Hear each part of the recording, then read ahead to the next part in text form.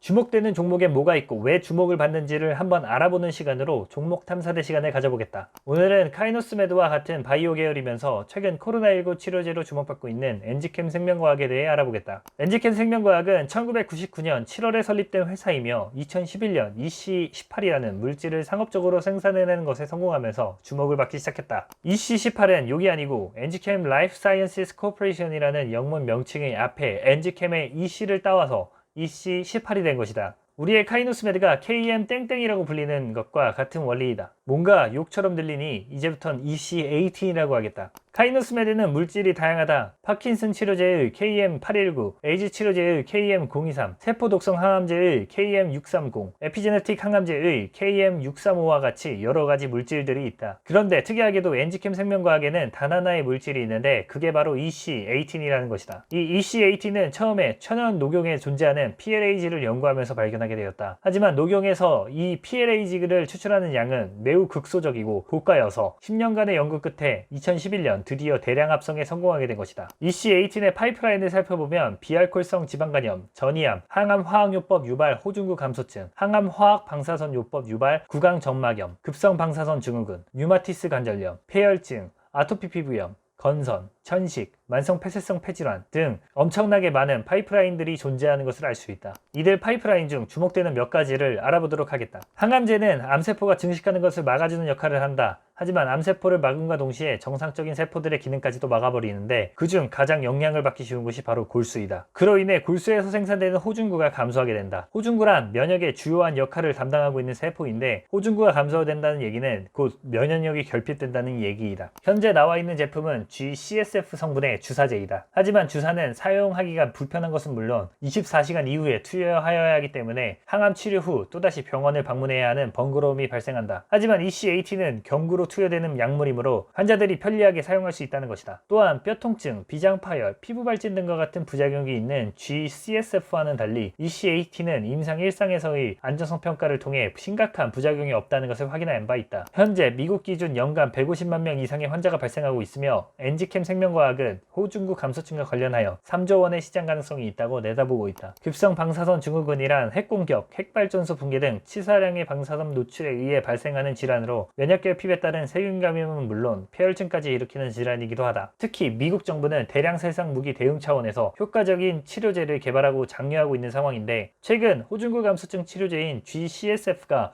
급성 방사선 증후군 치료제로 승인을 받은 바 있다. 하지만 사고에 의해 일어날 수 있는 급성 방사선 증후군의 특성상 앞서 언급한 바와 같이 주사제인 GCSF를 현장에 항상 보관한다는 것은 쉽지가 않다. 하지만 EC18은 실온에서 보관이 가능하며 경구 투여가 가능하기 때문에 실효성이 더 높다고 할 수 있다. 특히 주목되는 점은 올 10월 열리는 미 방사선 학회에서 EC18의 급성 방사선 증후군의 완화와 치료 그리고 방사선 유발 염증 반응 개선 연구 성과를 발표한다는 것이다. 현지 시각 10월 18일부터 21일 온라인으로 개최되는 미국 방사선 학회 연례 학술 회의에서 방사선 노출 전 투여 시 사전 예방 효과와 방사선 노출 이후 조직 손상 복구 및 사이토카인 제어 등의 연구 결과를 발표할 예정이다. 미 방사선 학회는 세계 최고권위 방사선 관련 학술 단체로 학계와 미국 국방성, 미국 국립보건원, 미국 생의학연구개발청, 미국 항공우주국, 미국 질병통제예방센터 등 미 정부기관의 전문가들이 참여하는 세계 최대의 방사선 분야 학회인데 이곳에서 발표를 한다는 의미는 EC18의 개발 성과가 인정되는 것이라 보인다. 간에 지방이 축적되고 염증이 일어나면서 간이 손상되면서 발생하는 것이 바로 비알코올성 지방간염이다. 비알코올성 지방간염은 여러가지 경로로 인해 발생되는 까닭에 미국 식품의약국 FDA로부터 허가받은 치료제가 없는 상황이다. 엔지캠 생명과학은 비알코올성 지방간염 치료제 개발을 촉진하기 위해 지난 2월 세계적 권위자인 마이클 찰튼 교수를 신약개발 과학기술자문위원으로 영입하였다. 찰튼 교수는 시카고 의과대학에서 간질환센터 교수 겸 센터장으로 활동하고 있으면서 독보적인 연구 업적을 가지고 있다.